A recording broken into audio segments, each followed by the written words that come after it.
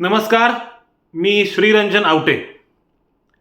बाईचे स्तन पकडले तरी सुद्धा तो विनयभंग नाही. बाईनं बलात्काराचा आरोप केला तर तिच्या कुंडलीत मंगळाचा दोष तर नाही ना. याची चौकशी करण्याकरता न्यायालय सांगतं लखनौ विद्यापीठातल्या ज्योतिषशास्त्र विभागाच्या विभाग प्रमुखांना. हा कसला न्याय आहे? हे कसले न्यायाधीश आहेत? हे चाललंय काय या देशामध्ये? याविषयी अक्षरशः संताप व्यक्त केला ज्येष्ठ कवयित्री अनुराधा पाटील यांनी. 4 दिवसांपूर्वीच त्यांचा एक कार्यक्रम झाला. त्यांचा सत्कार होता. त्यांना आणि त्यांच्या पतीला म्हणजे कौतिकराव ठाले पाटील आणि अनुराधा पाटील यांना सहजीवनासाठी साधनाताई आणि बाबा आमटे यांच्या नावानं पुरस्कार मिळाला. त्या कार्यक्रमामध्ये त्या बोलत होत्या. त्या अक्षरशः उद्विग्न होऊन म्हणाल्या की काय चाललंय न्यायालयाचं? कुणाकडे न्याय मागायचा? म्हणजे न्यायमूर्ती चंद्रचूड असतील, न्यायमूर्ती गवई असतील, यांच्याकडनं खूप अपेक्षा होत्या, पण त्यांनी अक्षरशः अपेक्षा भंग केला. या शब्दामध्ये अनुराधा पाटील बोलल्यात. अनुराधा पाटील को गुस्सा क्यों आता है? त्यांना एवढा राग काय येतो? मला असं वाटतं की याचा विचार करण्याची ही वेळ आहे. कारण आपण आता ज्या पद्धतीनं देश चाललाय ते अत्यंत उद्विग्न करणारे, अत्यंत त्रास देणारे अशा सगळ्या गोष्टी घडत आहेत. खरं म्हणजे ज्येष्ठ कवयित्री अनुराधा पाटील या अशा प्रकारे उद्विग्न होऊन राजकीय आक्रमक बोलणाऱ्या व्यक्ती म्हणून प्रसिद्ध नाहीत. साहित्य अकादमी विजेत्या अशा त्या उत्तम कवयित्री आहेत. मला आठवतं मी 12वीला असताना त्यांची आम्हाला एक कविता होती, पोरी नावाची. खूप सुंदर अशी कविता होती.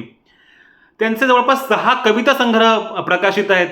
तो दिगंत असेल, कदाचित अजूनही असेल, तरीही, दिवसेंदिवस, आता सगळ्या वह्या बुडीत खाती, वाळूच्या पात्रात मांडलेला खेळ, यातल्या कदाचित अजूनही साठी त्यांना साहित्य अकादमीचा पुरस्कार आहे.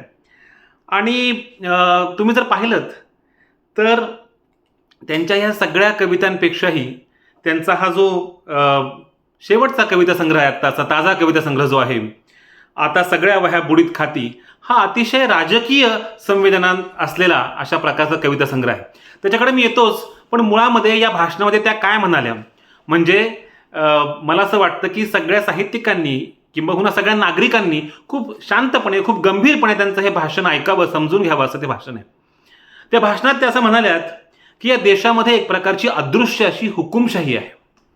म्हणजे अनडिक्लेअर्ड इमर्जन्सी आपण म्हणतोच, अघोषित हुकुमशाही असं म्हणतोच, पण त्यांनी अदृश्य हुकुमशाही अशा प्रकारचा शब्दप्रयोग केलेला आहे. आणि त्यातलं एक वाक्य या भाषणातलं मला वाटतं की फार महत्त्वाचं आहे. ते असं म्हणाल्यात की सबका साथ सबका विकास नावाचा ऑक्टोपस तुमचं आणि माझं भविष्य गिळंकृत करतोय. किती भयंकर आहे पहा. ऑक्टोपस, तुम्हाला कल्पना आहे की म्हणजे एक कवयित्रीच अशा प्रकारची उपमा देऊ शकते. त्यामुळे हा जो ऑक्टोपस आहे, हा ऑक्टोपस आता तुमचं आणि माझं भविष्य गिळंकृत करतोय, संपवून टाकतोय. आणि लोकशाहीचे 4ही स्तंभ पूर्णपणे खिळखिळे झालेले आहेत.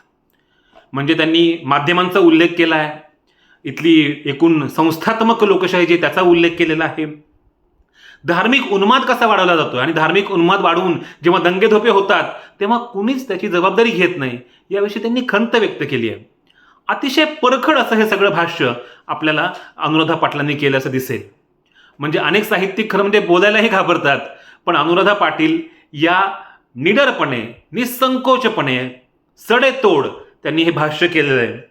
आणि तुम्ही जर पाहिलं, मी म्हटलं त्याप्रमाणे त्यांच्या अगोदरच्या कविता संग्रहांपेक्षाही या कविता संग्रहामध्ये म्हणजे आता सगळ्या वह्या बुडीत खाती या कविता संग्रहामध्ये त्यांचा एकूण जो राजकीय स्वर सुद्धा जो आहे, म्हणजे एकूण त्यांच्या कविता ह्या प्रामुख्यानं ज्याला म्हणता येईल की तू मी वैयक्तिक असा सगळा अवकाश व्यापणाऱ्या प्रामुख्यानं आहेत. स्त्रीची घुसमट जी आहे याच्याविषयी त्या बोलणाऱ्या आहेत. तिला मिळणारं स्वातंत्र्य, तिला मिळणारं अवकाश, याच्या अनुषंगाने त्या बोलणाऱ्या आहेत. मी मगाशी उल्लेख केला ती कवितासुद्धा जी आम्हाला होती, पोरी नावाची, मला अजून आठवतं की जी मुलगी ह्या सगळ्या पितृसत्तेच्या चक्रव्यूहात अडकलेली आहे, तिचं पुढं काय होणार, असा अतिशय संवेदनशील, तरल असा प्रश्न उपस्थित करणाऱ्या अनुराधा पाटील या कविता संग्रहामध्ये मात्र त्यांचा जो स्वर आहे तो प्रामुख्यानं आजच्या काळामध्ये ज्या प्रकारची आव्हानं निर्माण झालेली आहेत, विशेषतः गेल्या 10-12 वर्षांमध्ये ज्या प्रकारे गोष्टी घडत आहेत त्याला प्रश्न विचारणारी अशा प्रकारची त्यांची कविता आहे. म्हणजे त्यातल्या काही ओळी तुम्हाला वाचून दाखवतो. यातल्या, राम मंदिरासाठी वर्गणी नाकारली म्हणून पाहिला अघोषित बहिष्कार समोरच्याच्या डोळ्यात. राम मंदिरासाठी वर्गणी नाकारली म्हणून पाहिला अघोषित बहिष्कार समोरच्या डोळ्यात. आणि खिडकीच्या फुटलेल्या काचा गोळा करताना केविलवाणी झाली स्वातंत्र्याची व्याख्या. तुम्ही कल्पना करू शकता, थेट राम मंदिराचा उल्लेख आहे, विकासाच्या ब्लूप्रिंटच्या नावानं काय सुरू आहे याच्या अनुषंगानं भाष्य आहे, बुलडोझर राज कसं येतं आहे याच्याविषयी त्यांनी ह्या कवितेमध्ये म्हटलेलं आहे. आणि मला असं वाटतं की कोणत्याही संवेदनशील माणसाला आत्ता जे काही चाललं आहे ते अजिबात आवडणार नाही, किंबहुना त्याची काळजी वाटेल, भीती वाटेल, अशा प्रकारचा सगळा हा माहोल आहे. आणि या सगळ्या काळामध्ये अनुराधा पाटील अतिशय मूलभूत असे प्रश्न उपस्थित करतायत, त्यावरती भाष्य करतायत. म्हणजे त्यांच्या आणखी एका कवितेमध्ये ते असं म्हणतात, धास्तावली आहेत आजकाल आसपासची झाडं, धास्तावली आहेत आजकाल आसपासची झाडं, की मागितला जाईल रहिवासी असल्याचा अंतिम पुरावा, की मागितला जाईल रहिवासी असल्याचा अंतिम पुरावा, बसवलं जाईल लेखणीच्या एका फराट्यानं निर्वासितांच्या उपऱ्या रांगेत. तुम्हाला कल्पना आहे, NRC CA असो किंवा आत्ताचं SIR असो, सगळ्या पातळ्यांवरती ज्या प्रकारे सध्या नागरिकांची ज्या दमन केलं जातं आहे, त्यांचं शोषण केलं जातं आहे, या सगळ्या पार्श्वभूमीवरती अनुराधा पाटील अतिशय थेटपणे या कवितांमधून आपलं मत मांडतायत, भाषणांमधूनही मांडतायत.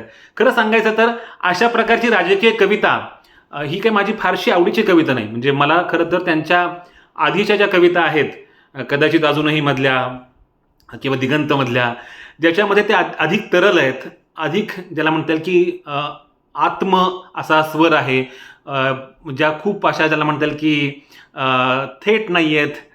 पण इथं ही कवयित्री अशी थेट का होते आणि तिला का वाटतं की आता हा आपण प्रहार केला पाहिजे, वार केला पाहिजे, म्हणजे मन की बात ऐकून डोक्याचा भुस्सा होतो आणि वेगवेगळ्या प्रकारे मला कृष्ण विभाराकडे कसं नेलं जातं, या प्रकारची कविता अनुराधा पाटील लिहायला लागल्या असतील तर मला असं वाटतं की ही एक आपल्या सगळ्यांना त्यांनी सांगितलेला एक मोठा धोका आहे.